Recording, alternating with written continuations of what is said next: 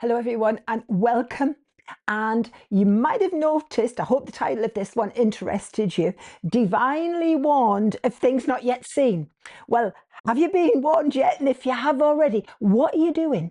And it just seems to me, that there are so many signs going on in the world at the moment. At the moment of filming the video, there is so much disturbance, war, death, and shortages being, predicted right, left, and centre.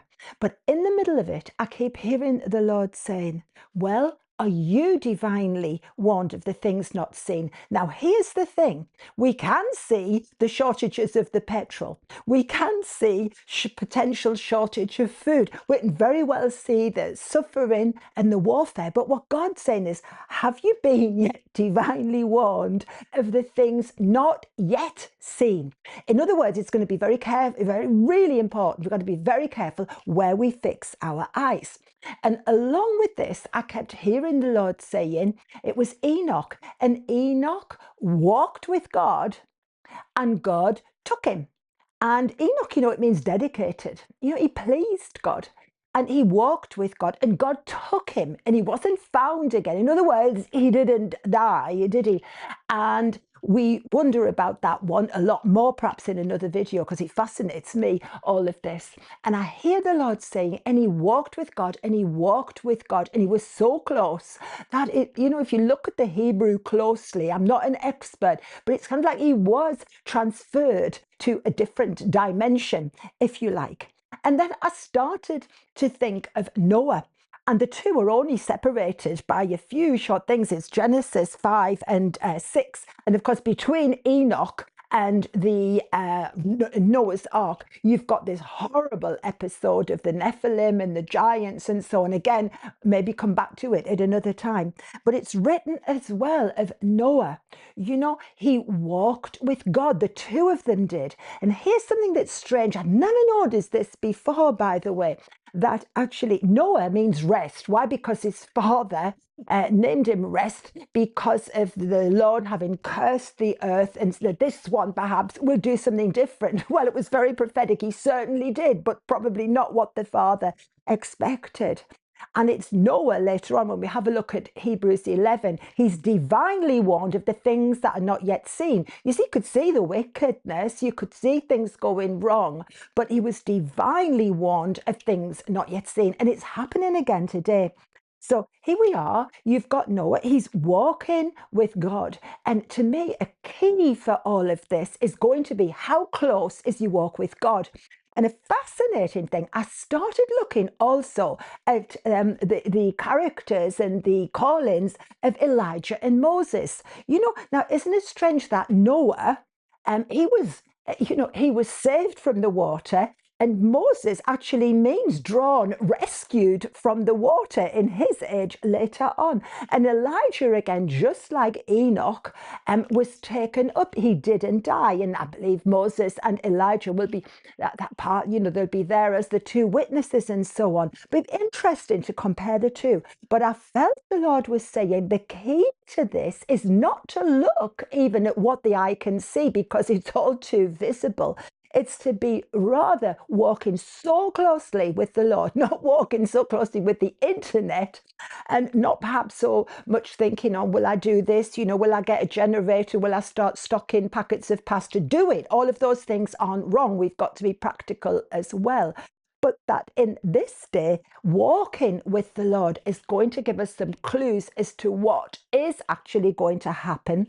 And we've got to have the faith to actually believe, you see.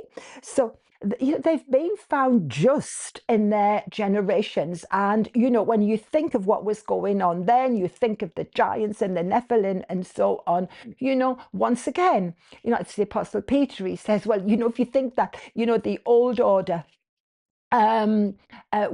wasn't safe because of their wickedness, what makes you think, that we will be safe as well? Certainly we're not. But it's not, what we've been thinking of. So by all means, go for it practically. If the Lord's telling you to do things, just don't stock too much petrol. That would be a bit dangerous. But the Lord is actually saying we need that faith. We need to be walking with God. And if we go to Hebrews 11, that fantastic, chapter of faith. I'll start off with Abel. And here we are. It says, by faith, Abel offered to God a more excellent sacrifice than Cain, through which he obtained witness that he was righteous, God testifying of his gifts, and through it, he being dead, still speaks. He didn't last very long, Abel, but wow, his testimony still speaks. How did he know these things? It's like the Lord's giving us a divine knowing today to know what is pleasing him and what isn't. And then followed on by Enoch. By faith, Enoch was taken away so that he didn't see death and was not found because God had taken him. But before he was taken, he had this testimony that he pleased God. But without faith, it's impossible to please him. For he who comes to God must believe that he is and that he's going to be rewarding those who diligently seek him. So let's seek to walk so closely with the Lord. It's over and over and over again. He wasn't found. You could look for him all you wanted. He wasn't found.